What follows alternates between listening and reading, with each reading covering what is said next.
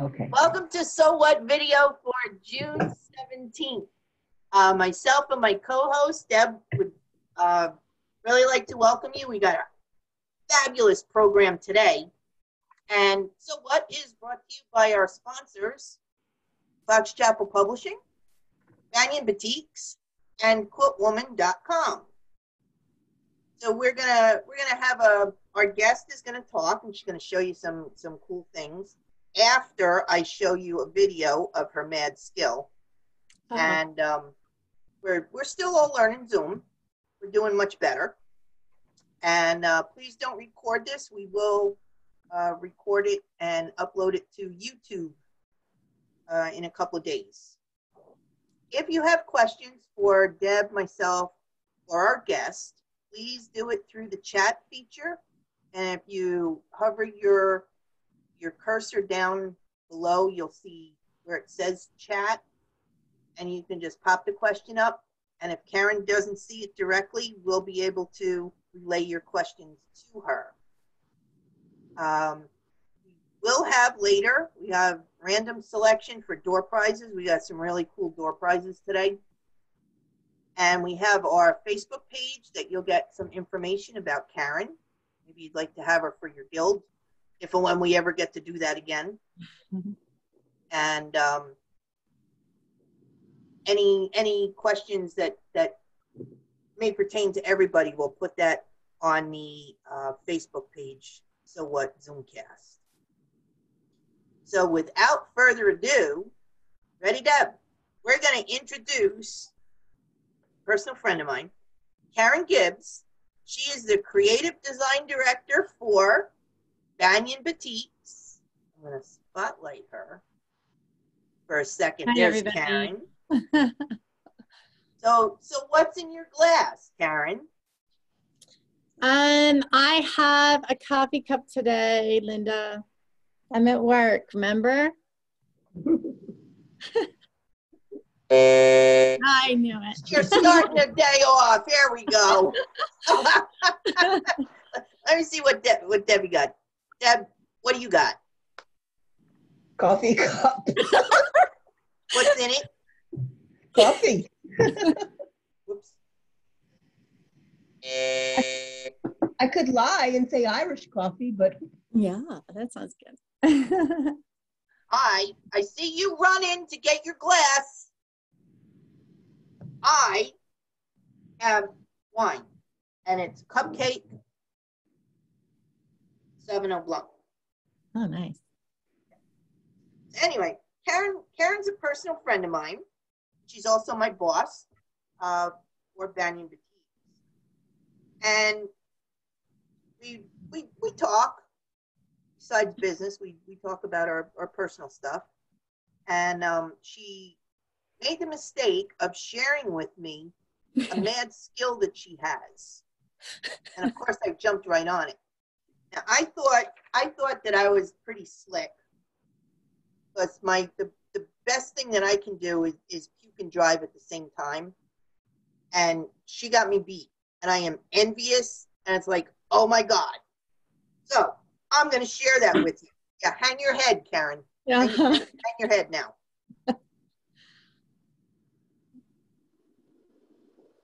There she goes. Click. Why is it not going? you have to go to the bottom where the little play is. Yeah. At the bottom. Watch No, it.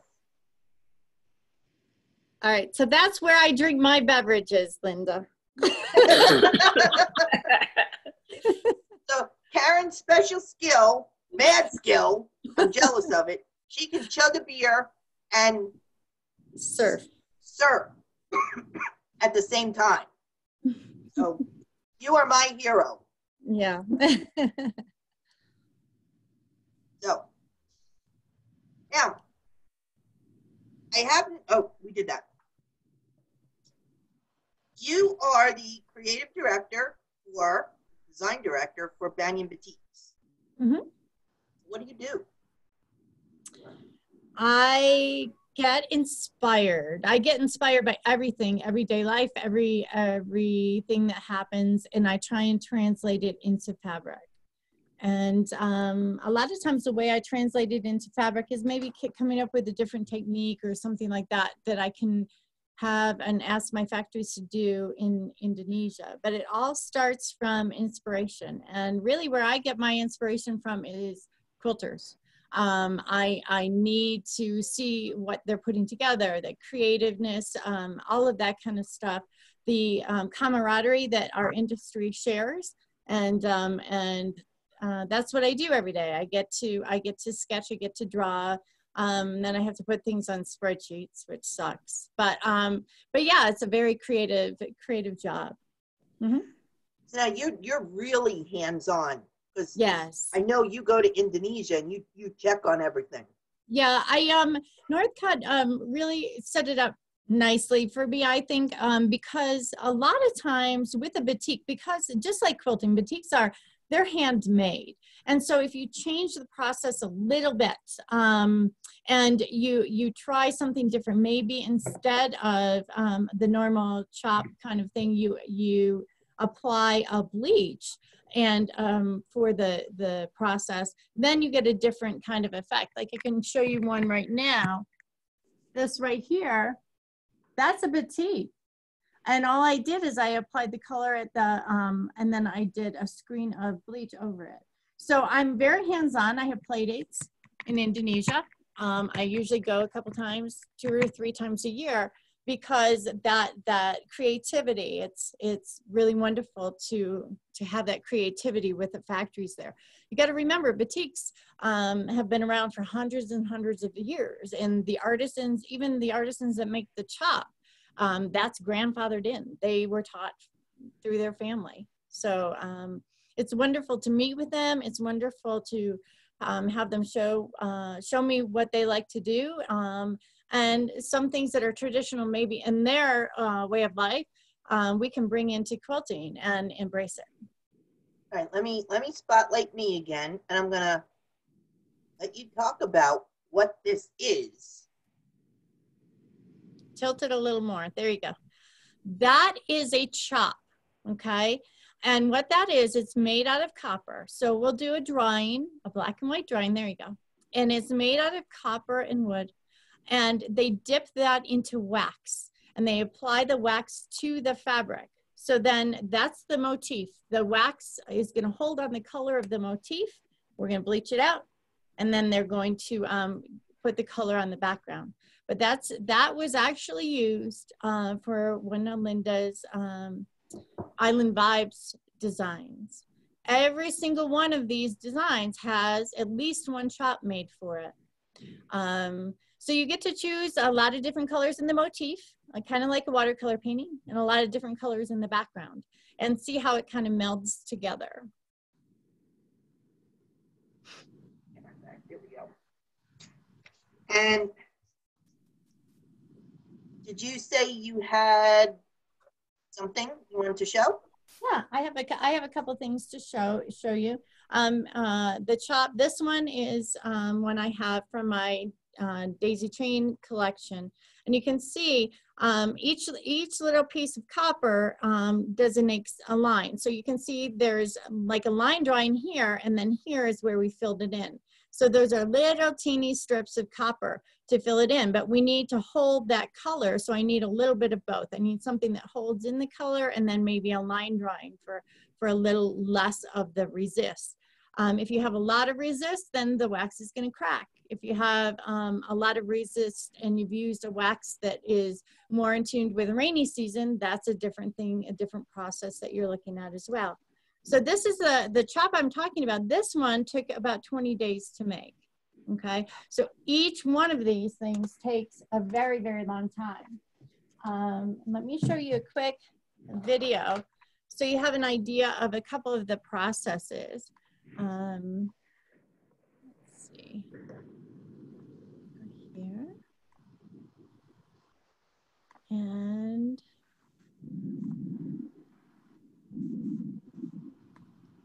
we'll go to this one right here. Here's the chop being made. It's a little bit blurry, but you can see he's taking my sketch there in the black, and the red is where the repeat is. And he's snipping each little piece of copper to fill it in. The black area is where he's going to fill it in. So it's a very, very heavy chop to use to dip into the wax. And you can see right there, that's the chop. And the repeat, you have to worry about the repeat too, okay? And this is from our rough sketch collection. It looks a little bit different. This particular chop, Patty Carey, there you go. I'm using her, Patty Carey's chop from her Vino collection. I like to have guest designers come on because they do different things than I would.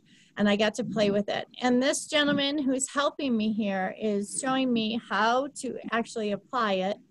He's worked in the industry, in the batik industry, for over 4 years. And he's going to show me how I'm a little teeny bit off, and that's not acceptable when you're applying the wax. So in this particular instance, the wax would hold on the white color. Here's one of the colorways that Patty chose for her collection there. So we've got different chops, different colorways, different collections. This one in particular is made for island quilters over in Hilton Head Island. She wanted a custom batik done.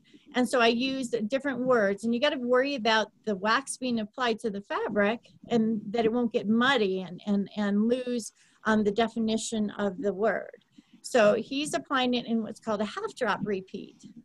So it doesn't look side by side, doesn't march across the fabric. But you can definitely see the words, and there it is. There's the chop with the Hilton Head Island custom batik. Okay. So anyway, that's the use of a chop, and it's holding the color. So with batiks, when you're designing batiks, you want to think about the end user, the quilter. How are you going to use it in a quilt? Are you going to mash it all together? Do you like to use big blocks and have smaller sections? Like for Linda's, I want to make sure her multis in her collections always had, you could get all the colors in a 4-inch square in her multi. That was important to me. Her Carnival collection. Do you have that, Linda? I do. And because I work in smaller pieces. Right.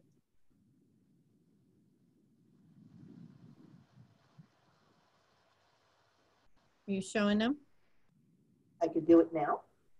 Got a spotlight. Then I'll come back on. Don't worry, I got more to talk about, Linda. Okay, then we'll come back for me. I'll come back for me. Keep going. Keep going? Oh, okay. All right. So I thought maybe today I'd show you guys a few different things, some that you have to think about when things are going to hit stores too. Like what I'm designing right now is going to show to the stores in January and April of next year. You won't see it until like December of 2021.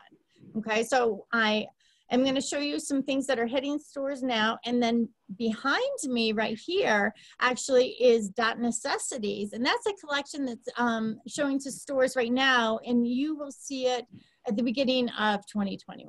It's just a riot of dots. It's a lot of different colors, and it's fun. It's a great multi to go with a lot of different batiks. So if you have a stash of batiks and you need just that one to really pop it, the Dot Necessities is that. Now, That's Banyan, a lot of dots. It's a lot of dots, lots of dots. Banyan, we decided to do something called Color Me Banyan. It's a little bit of a category. It's a collection thing. It's when we fall in love with all of the colorways, and it may be a technique or something that I was able to do when I was in Indonesia. And I just really, really wanted to showcase it. Because in quilting, just like in piecing or in cutting or applique and all of that, we're always looking for something new, something to learn in our quilting journey. But in batiks, we always think, oh, they're all the same. Well, are they all the same? And that's one thing that with Banyan, we try and be, okay, what's different? What's new? What's unique? Another collection, one that's hitting stores right now, is called Ride On, okay? Now look at this. Doesn't this look like a tread from a bike, right? So what I did is I used a window squeegee when I applied the color. And then it has a kind of 3D effect. It works great as a backing borders if you put it on a 4-patch or something like that on a diagonal. This again is the bleach. Like I said, when we apply the first color with the wax, then we bleach out and then the wax holds the color. Instead of applying the wax, all I did is apply the bleach on this one. Okay, same with this. And it doesn't go all the way white. Now this one right here actually uses 3 chops. You've got your bike, you've got your treads, and then you got a secondary black right there, okay? And all over bike toss, and then I love the retro bike toss, okay? This one down here, I don't know if you can see this collection, it's called street art, and everything inspired by, you know, graffiti or the textures you find from the street art. And this is an actually spray painted kind of dyed effect. So there's lots. You have a question. Yeah. Is the cotton for the batiks also made in Indonesia? No. Guess where it's from? United States. Really? Yeah. A lot of the cotton is brought in from the United States. Yes. It's a tighter weave, and you've been seeing a lot of it being used for masks. And let me show you. I want to show you another print that is actually hitting stores in September. So if you'd like to let your store know that you love it, I would appreciate it. Let's see. Now, while you're doing that, what is the time frame from when you get a design to when the stores actually get it? Usually it's like, it could be 6 to 8 months. Oh, I don't have that one. Yeah, it could be 6 to 8 months. So it takes, when I come up with a design, it does take a little bit of time there. This one is for the first responders, and this is me sketching it. Like I said, it's got to be in a black and white kind of sketch. So this is me just playing with it. My daughter got me into this sketch. I can sketch on paper and it translates right to the computer. Here's a chop that's made from it. Now notice the letters are backwards, right? Because we're going to dip it in wax. And so it's got to be a resist, and it's got to be a little bit backwards. Also, I got to worry about the space in between them so that the wax is applied wet. And you know how things can pool. So I have to worry about that. Here. And then I'll show you the fabric. And there's the fabric. And wow. Our sales reps just got this last Friday. So it's going to be, like I said, it's going to be in stores come September. So we are moving very quickly on this, but it is hand done. All of this is hand done. And here's a quilt project that goes with it that I designed. It's a Jacob's ladder, but it showcases then the print. So you can use it in something other than a mask, but it's a fabulous kind of Americana design. And don't forget, you can send Karen questions through the chat, and she'll be more than happy to answer them. Now, once I have the, backtracking a little bit, once they get the sketch and then they make the chop, they then do what I call a wax on white. So every single design I do, what they're going to do is they're going to send me, whether it be a photo or send an actual of the wax on white. So this, you can see the cracks in it. I'm in Colorado, so you can kind of see the cracks. It dries it out in Colorado, whereas in Indonesia, it's like 100% humidity, okay? But anyway, this shows me the coverage. This shows me how much of the motif color that I put down is going to come through versus how much of the background color is going to come down, okay? So that's another step of like quality control that I need to look at and need to approve. And then as far as what we do is show it with our sales reps, and then we order the production. And we got to worry about rainy season because they're at 50% production in Indonesia for rainy season.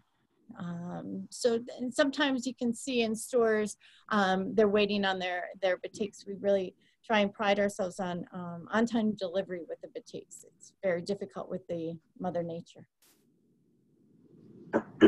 So in the meantime, while you're doing all your process, Yeah. you have your pattern designers working on patterns that coordinate with the different collections. Yes, and we showcase them in lookbooks because I think for shop owners, they have that's the hardest job in the industry, really, is the shop owner. Trying to figure out what their customer's going to buy, what they're going to like, trying to find the new projects that showcase maybe the fabrics they're bringing in. They've got like 25 different fabric companies they're looking at. So they want to bring you something new and something different. So you have to let them know. You have to say, this is what's interesting to me. Shop your local quilt shop and let them know. But these project designers, what we'll do is we'll share the files with them and ask them if they like to be featured with our collections. And then we try and feature their patterns in their bags, Deb Stanley, and yeah, because it's a nice way for stores to buy the project, maybe bring a speaker in, and sell the fabric as well. Mm-hmm. Now, with the timeline. Yes. Back to the timeline.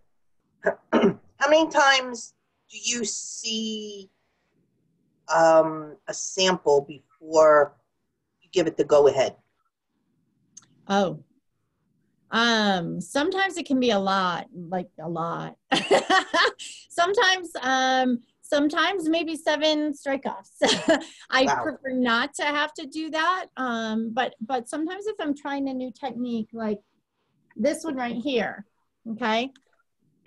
This one, I don't know if you can see it, is actually dry color was on my hand and I blew it on the fabric. Okay. Actually, the wind blew it on the fabric and I said I did it. But it gives it kind of a splatter effect, right? Well, now all of a sudden I've got to figure out what colors I think go together, what looks nice, the coverage of all of those little splatter, or, you know, the little dots of color. Do I want it closer together? Is it, see, you can see it's a 4-inch square. There's a lot of good color multi in there, not big balls of color, which I found important. So a lot of times with the technique that I'm gonna put into a collection, we may need to see it a few times. If I have a guest designer, generally I'll limit them to 1 or 2 strike-offs. Because it's never going to be absolutely perfect with batik. Just like every quilt is not perfect, a batik is not going to be either. It's hand done. You have anything, Deb? I was going to ask for a multicolored design, like some of your designs have like pink, yellow, blue, green in them, all in one area. Do they have to dye it more than once, or how do you get the different colors on? Well, what we do is what's called a smoking process, and it's kind of taking the fabric and like scrunching it up like this, okay, kind of like that. And when you do that, and then you take all the dye is mixed in buckets. All the color is matched in buckets. That's the first person I talked to in the factories. I use about 5 different factories over there. But that's the first person I talked to, the color master.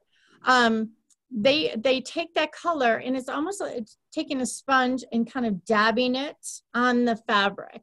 Once it's scrunched up, and then it shoots into other colors, a watercolor, like a watercolor painting versus an acrylic painting. A watercolor painting, you know how when you add color, it just kind of goes, it goes into other ones. And then another part is you add soda.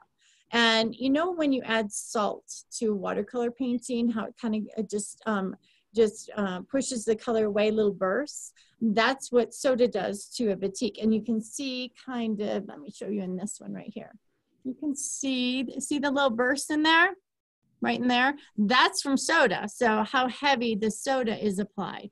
But the soda gives kind of a light and a dark kind of effect with it as well. So you want that kind of mottled look. That's a traditional batik. Some batiks were using what's called the dip dye effect. a little bit different. If you look at this one right here, you can see in the background there, this right here, that's 2 colors, at least. 2 colors right here that have melded together. And the way I did this, instead of doing big dabs of color, I used what's called a quartering technique. And it's very scientific. If you take a water bottle and you stick little holes in it and you use it as a squirt bottle, you can apply dye that way. Wow. You have a question. I like that, Deb. I'm sorry. One of my favorite fabrics from Linda's Carnival collection is the stripe. So how do you do the stripe? The stripe is what we've done is we've taken it and we've applied the wax with kind of like a chop. Okay, we've applied it, but it's a stripe. A stripe chop, yeah. Okay, mm-hmm. So and then we apply this colors by fanning it. You know how you fan paper? Okay, you can do that with fabric. So you're fanning it and then you're applying stripes all the way down the length of fabric of color. Or we can do it the stripes of fabric first, or stripes of color first, then apply the wax, then bleach it out, then apply another color. Holy moly. So it's all, it's how many different ways can you do something? You know, it's fun. How many yards of fabric do they work on at a time? It's it depends on, like for Banyan, our essentials are 12-yard bolts. So they have to be able to do a technique on 12 yards or on 15 yards for a collection. So sometimes I may come up with a technique that I really like, that I think is cool, but the production of it, the coordinating how they're going to do it on a big piece of fabric is very difficult. For instance, I did a shibori. And as you know, that's a traditional Japanese technique. And it's a lot of kind of like a tie-dye. What we did is we made sure we could do it and keep the motif small enough on a 12-yard piece of fabric. So that was quite a challenge. Oh, you're getting a whole bunch of questions here. Okay. Oh, I like this one. Can you tell us a little about who are guest designers? I have Linda Hahn is my guest designer, and the way I met Linda, I was working with a different fabric company, and she came and did a Zumba class in my booth.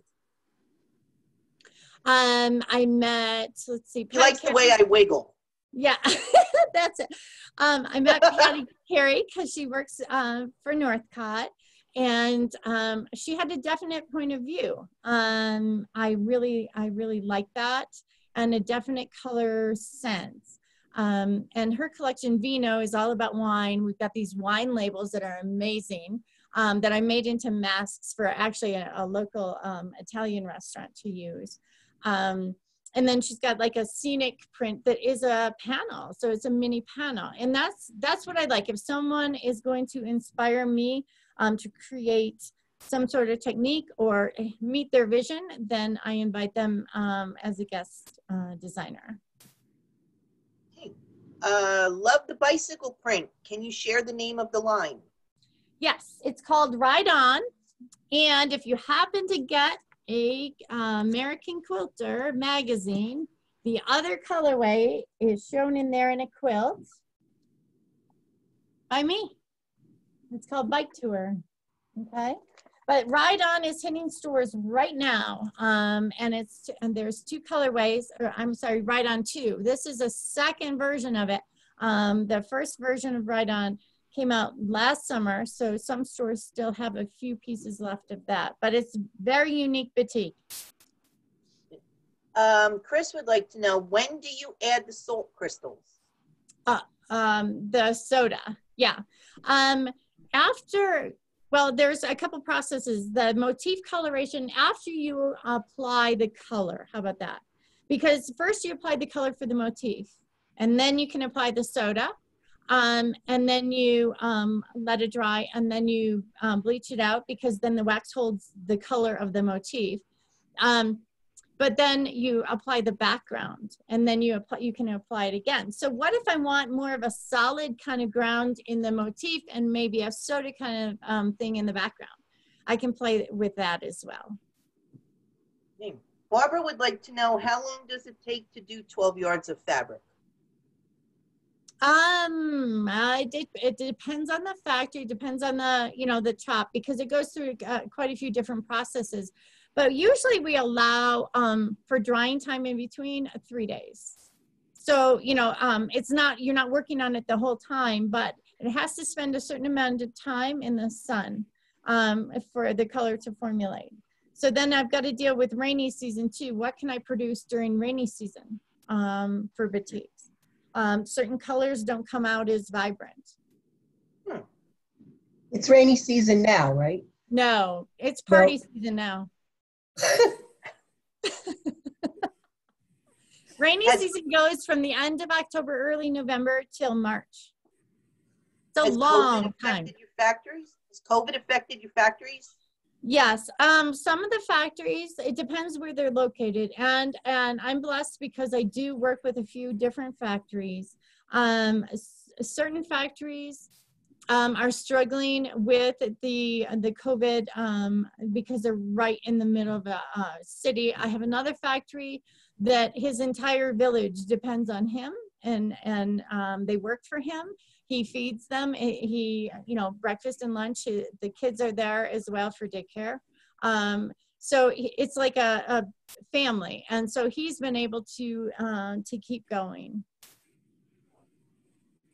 Tourism is not happening with COVID, so that's a part of the batik industry over there. A lot of the factories produce for the tourist industry and for the hospitality in Indonesia. All of the people who work in hospitality wear a batik uniform. So they have a batik shirt. A lot of times the factories do not want to work with international, do not want to export. It's too much of a headache. And they have so much business locally. So somebody could actually be walking around wearing Carnival fabric? Yes. Really? Yes. I saw one of my, not one of your stripes, but one of my other stripes walking down the beach. Yeah. Wow, that's pretty cool. Yeah. Now, how many bolts do they make of one print for you to send to quilt shops? Well, it depends on the order. Generally, we show the fabrics first to the quilt shops. So they can plan their calendar. They plan their blocks of the month. They plan the projects. They plan the clubs that they're doing, and they bring it in for that. For instance, our essentials, because an essential is something we carry year round, they will do, they'll make like 5 different chops so they can keep up with the orders for that. So what happens to the chops when they're done with the fabric? When they're done and retired, they will reuse the copper in them. Sometimes they will use it with in a different application for local. They will not use it for the international manufacturers. Sometimes we buy it from them, depending. If our guest designer, I wanted a favor out of our guest designer. Linda.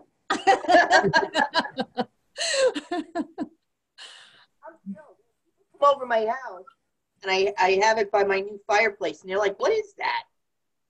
It's just, look at this one. This one is from a Darling Lace collection. And as a quilter, I'm obsessed with 60-degree triangles. And I love this because it gave a different repeat. They had to do it like that.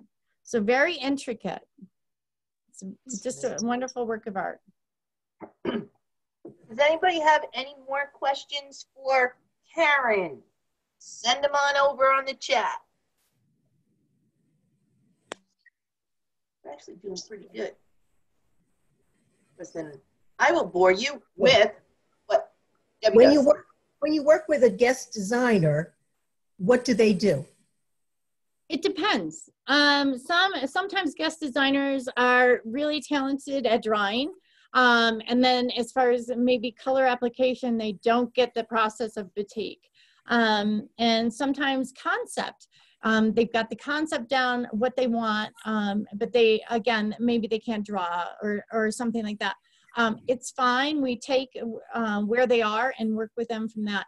Linda is very strong at her color and what she needs as far as colors go. And as far as what she really would like motif wise. So, and then, you know, as they go on for a second collection, I try and incorporate more processes for them and more options as far as unique batiks, just to liven it up. I don't want them to get bored with the process.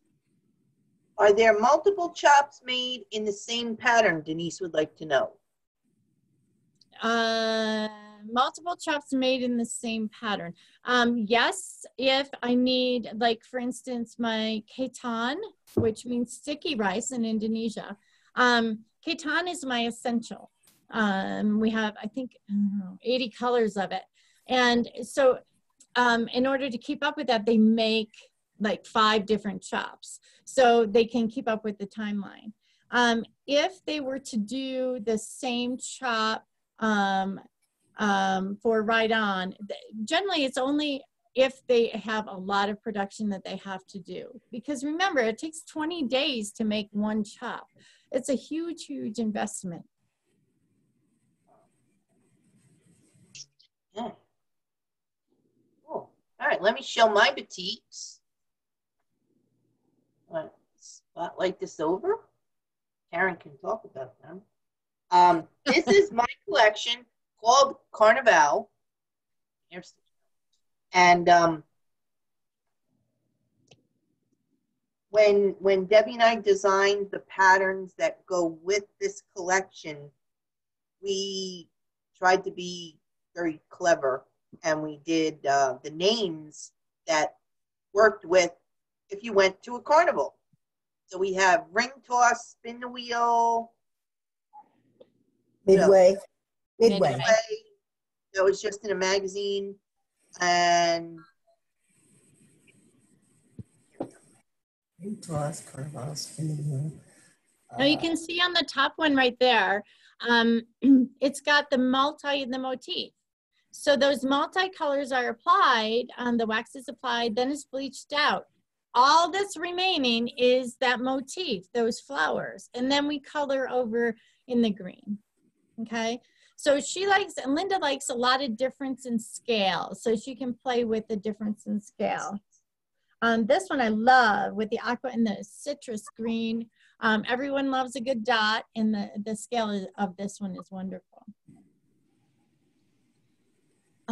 That one's one of our essentials, I think. We throw in our essentials to go with the collection because I don't want the guest designer to, quote, waste a SKU on maybe a no print print or something that's like a salad. I want them to use their creative skills and come up with different motifs. This one is that same motif, but look at the difference in color. There's more colors in the background, a lot of difference in green. I would say there's about 4 or 5 different colors in there that we chose for them to mix to apply to the fabric. And that's a sticky rice one. That's the ketan. It looks like little pieces of rice. They dye the rice lots of different colors for holiday celebrations. So I felt that it gave us artistic license there. Fantastic peach, just amazing coral color in there. In this one, I think I put 8 different colors. Linda has a thing for coral. Really loves that color. And what's a dark coral? Okay, you have to see which way it's going to go, but you can see a lot of movement and color in that one. Here's my favorite. Yes, the stripe. The stripe. I think it looks like kind of like the fruit stripe gum, right, guys? I think it looks like that. that gum. So we made sure it wasn't a definite straight stripe, I guess. We wanted to make sure it had a little bit of texture going on with it, and I think we achieved. And this goes with you can use this for stashing. You can use it for half square triangles. You can use it for borders. It's small enough. Yeah. Yeah, it works in piecing as well as for binding or borders or something like that. And this is what I was talking about with the multis. You can see how much color is applied in the first one there. And that's that applying it with a squirt bottle. The color, it's dots of color that have kind of exploded into each other. So it gives it a lot of fun color. I love the pink on pink. Yes. And again, a lot of motion. There's a lot of motion going on in a carnival, right? And it kind of has a tile look to it too. Can't hear you, Linda.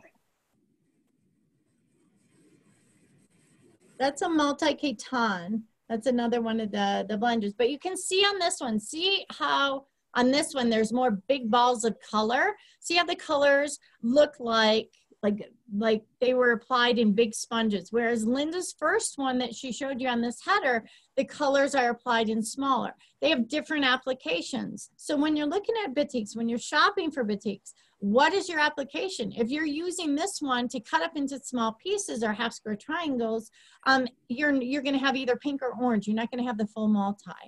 So make sure you're looking. And I really like with Linda's collection, we've addressed all of that. This would make a great border or backing. Okay, and then we've got the coral again with the pink, but notice how they're all cohesive as well.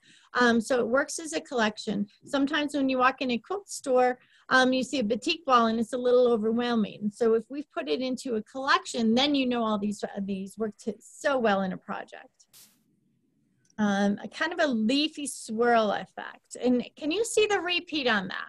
Remember, it's done in a chop, okay? It's an 8-inch chop, but can you see where it repeats, where it intersects? And that's always a challenge too, to make sure that you have a lot of motion in your design. Is that a rice? Yeah. Okay, Tom. Now, oh yeah, the green one underneath that, I love. Your green is, you can use, it's got every green in it. It's got a cool bluish green. It's got like a brownish green in it. It's got the citrus green, a lot of movement in it with the leaves. And again, the repeat you don't necessarily see, which is really, really, really nice. The color repeat is different than the motif repeat. And then this stripe, if you look at it, this one can be like a forest, can it? You can use that in a landscape. That looks like birch or aspen trees, right? And then you can do some leaf applique with it. Linda, you can talk about your collection. I'm just thrilled. I'm going to flip through these because I'm watching our time. Okay, good. All right. So this one has a little bit of has a little gray taupe going on with the bright colors. So that's a different effect, a different look. Always the tonal's good. Always, always. And there's a little bit of the green hint in there. You can see when I use a design, I want to make sure I use it 2 or 3 times in each collection so that I'm making sure to pay for that chop that is created. Okay. And there's that leaf, and it's artistic license. No, you don't see that color leaf in nature, maybe. Well, maybe in Vermont. But it's something a little different. And then another multi. And this, again, is applied with the Corcoran style technique. And purple. Always some purple. Right, Linda? Always gotta be. Yeah. Here's a shattered glass. Broken glass. And this one I apply slime. On my hands I have slime and I apply it to the color and that's what happens to the print. Is that it? Oh, the deep dark purple one. Yes, with the leaves. Look at the background. The background has a lot going on, a very dark to very light. And then the medium tone purple is in the motif. So that's kind of adds a lot of depth to it. And then the yummy stripe, right? There's that This particular katan, Debbie and I both love as a background for anything. It's gorgeous. That's the first thing I chose were my neutrals. When I got to decide what essentials, the neutrals were my first ones that I colored. Love that one. And the stripe, yes.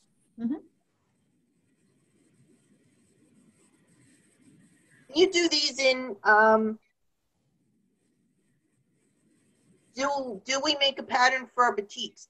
Yes. We always have, between Deb and I, we have several patterns that work with these, and we tell you in the pattern which fabric, the SKU number that you can buy it. Yep. And how do you get a uniform look when you're putting slime on your hands? I dare you to try and find the repeat in those. They're pretty good with it though. This one I love. This one. Yes, yes. The color is just wonderful. So I restricted the use of soda on this. You can see there's not a lot of the little bursts. There's more of a limited amount. And that's also another technique you can use, but the colors just interlock so well. This adds a lot of movement and texture in a quilt because of the lines. You always want to have some sort of geometric in a collection, but you don't necessarily want to match up lines. That's too tedious. And here's our slime effect again. You have to measure the amount of slime you put on your hands. How about that? Okay, and oh gosh, the green it's got a little bit of the gray tones in it. So you can bring in your grays really, really well. And with the pop of citrus, notice how light it goes. That's really important to have that relief.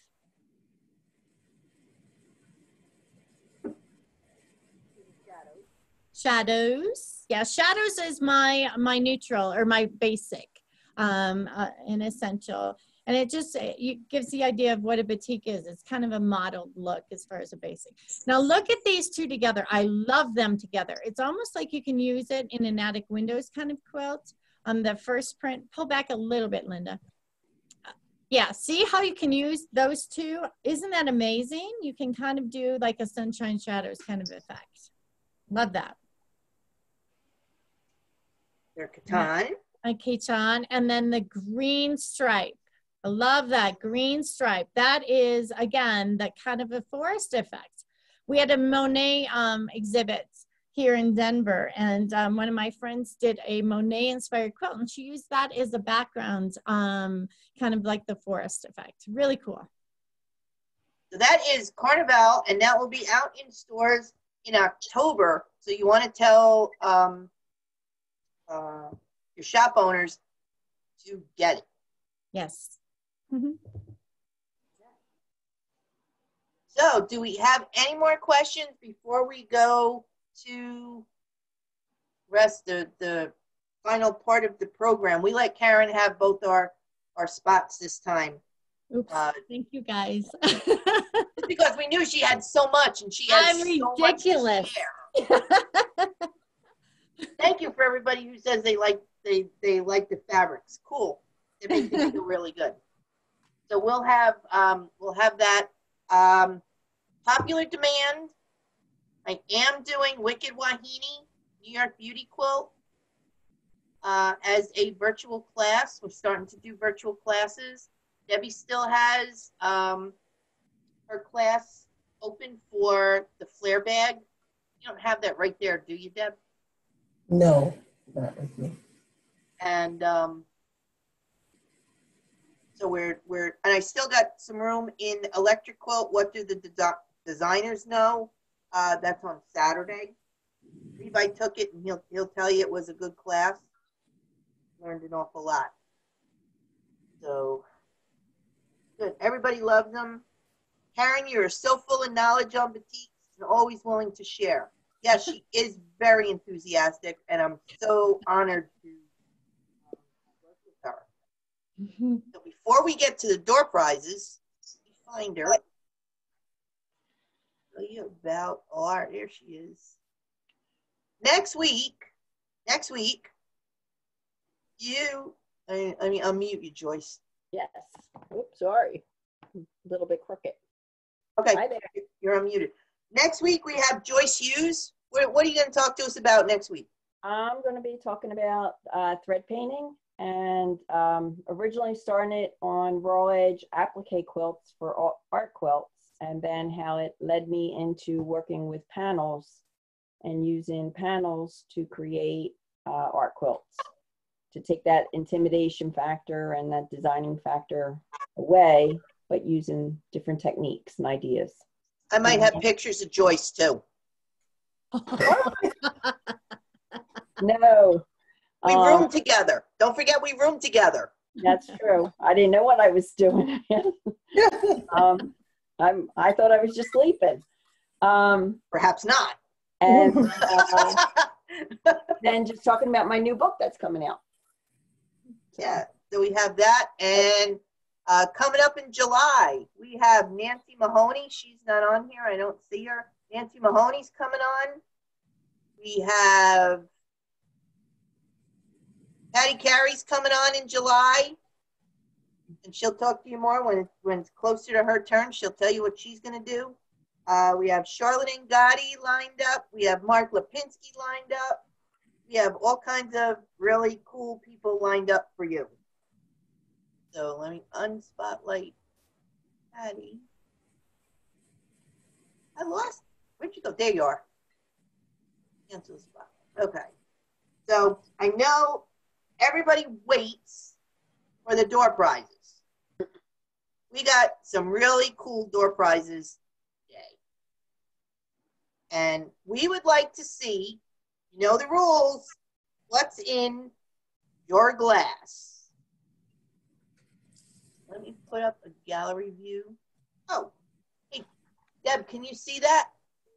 It's in a gallery view, and we got everybody there. Yep. Okay. So then I can do it this way. I'm going to turn away from my door prize. And I have landed on, who is this? I will spotlight you. Who is this? You can only see the top of you. And we got to unmute you too. How do we do that? Unmute yourself. There, it's Wanda. Wanda. All right, Wanda. Have you been here before? Yes. Not okay. Because my son's been visiting and he comes over at the, right in the middle of when I'm getting ready to go to this class. All right. You know the drill. What is in your glass? Trying to find my glass in the picture. I have a bottle that I had poured some white wine in. So white wine? Oh. Yes. There we go. We got a winner. Make sure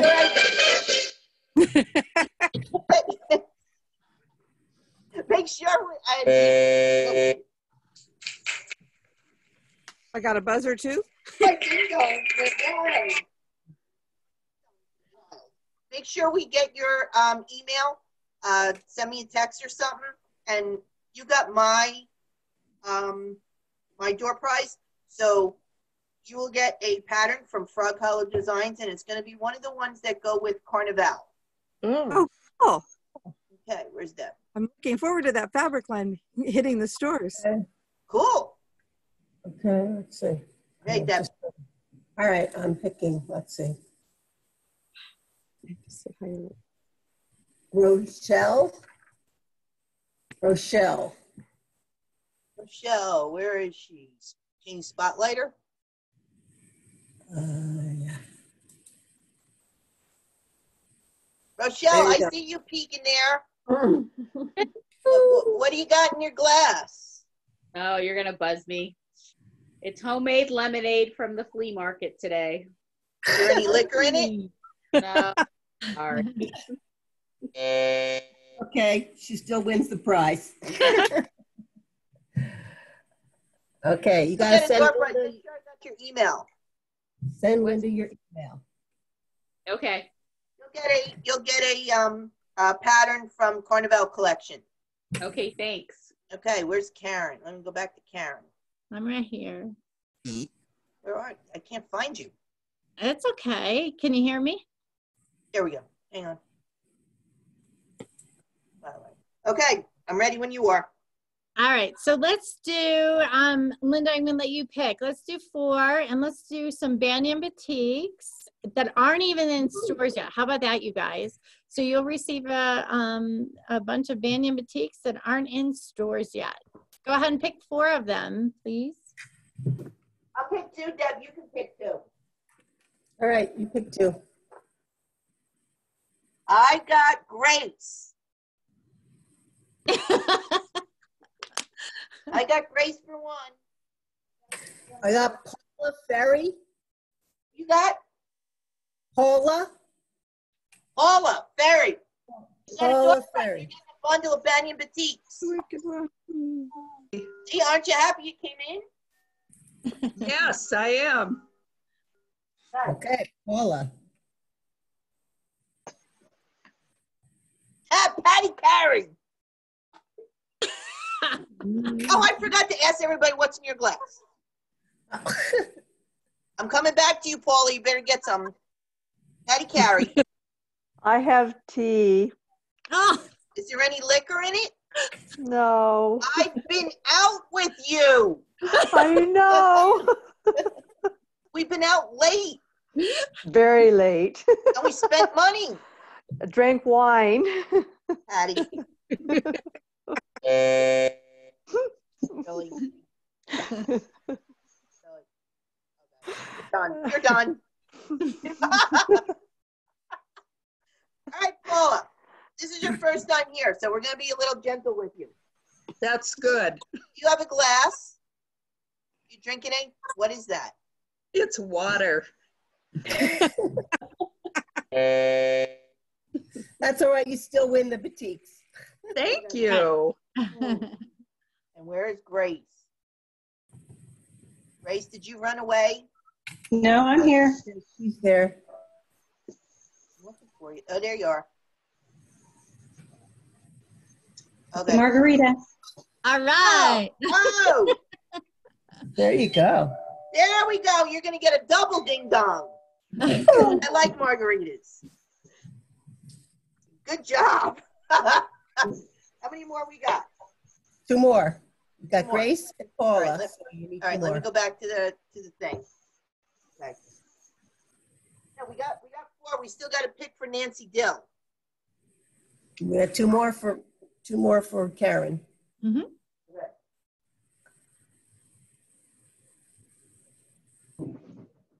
I'm picking Patty again. You're a double buzzer. Go ahead and pick one. We should all listen to.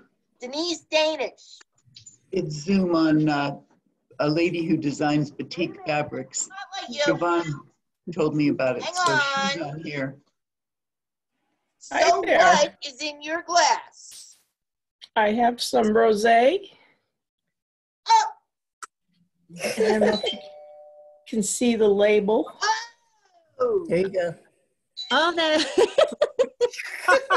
So you got an extra ding dong. Nice. Hey, Deb. Yeah. Okay. One more, huh? Yeah. Okay. Let's see. Then we got to pick for Nancy Dill. Nancy Dill's not on here, is she? Nancy Dill, are you here?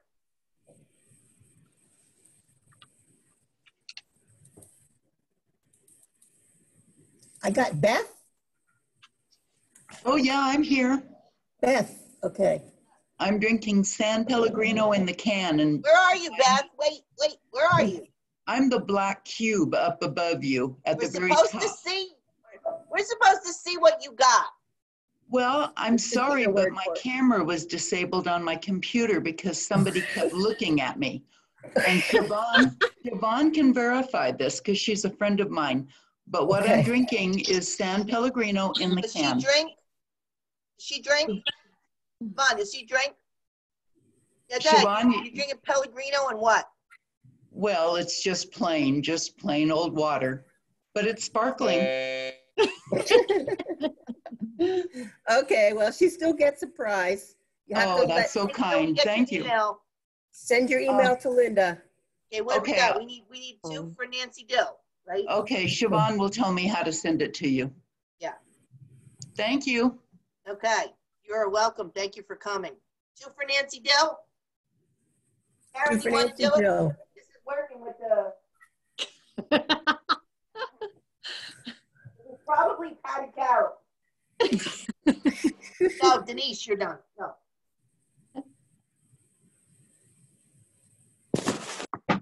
It was close to Patty Carey. Who's on this Galaxy tablet? Who is this?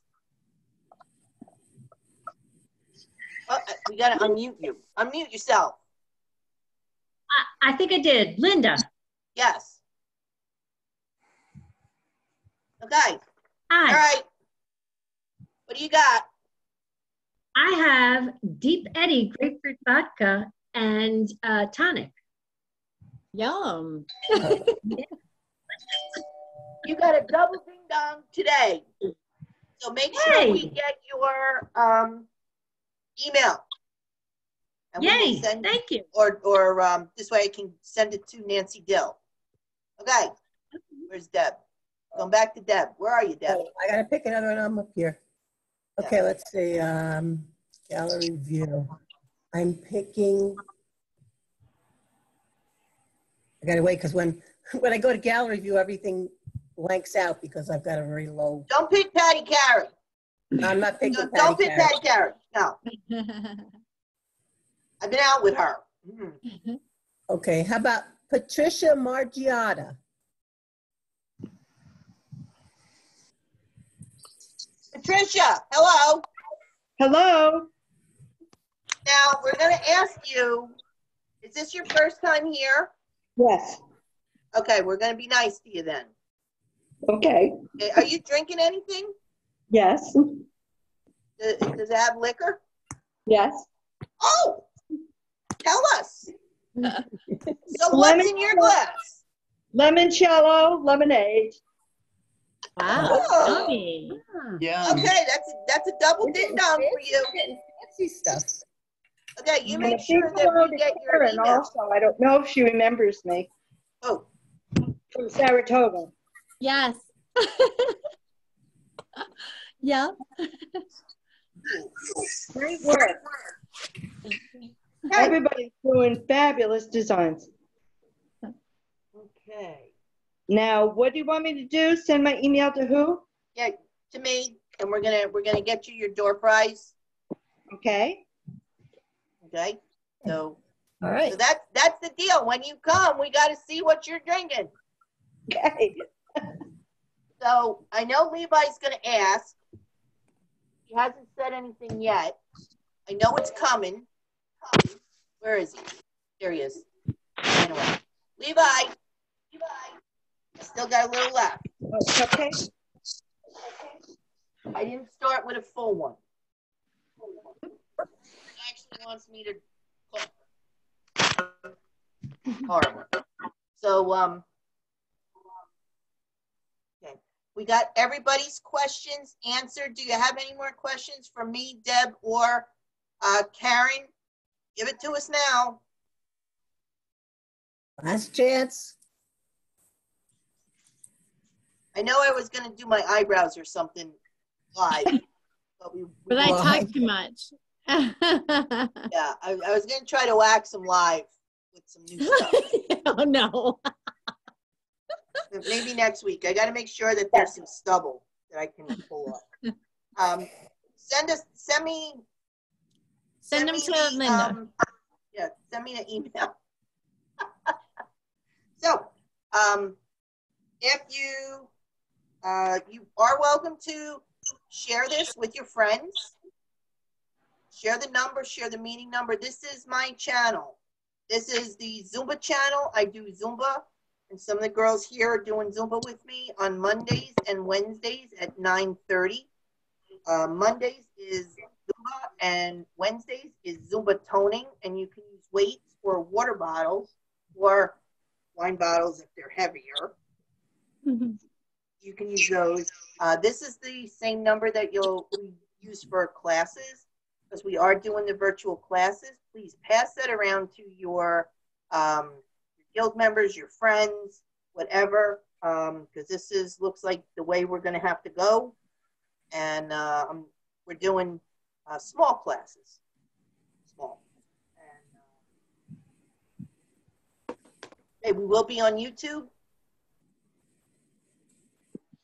Just let us know what, Levi, you're a sucker. Yeah. Saying that my classes are great on the chat. I love you anyway, though.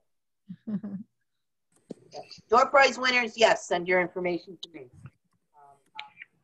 can find us on YouTube. We'll see Joyce Hughes next week. Tell us who you want to see, or if you want Deb to do a product review, let us know, and we'd be happy to do it. We want to get on people who you want to see. So if that is it, Joyce, you ready for us next week? Yep. Joyce Yep. is ready? Thank you. Okay. So that will be... All right. Thank you all for coming. Bye,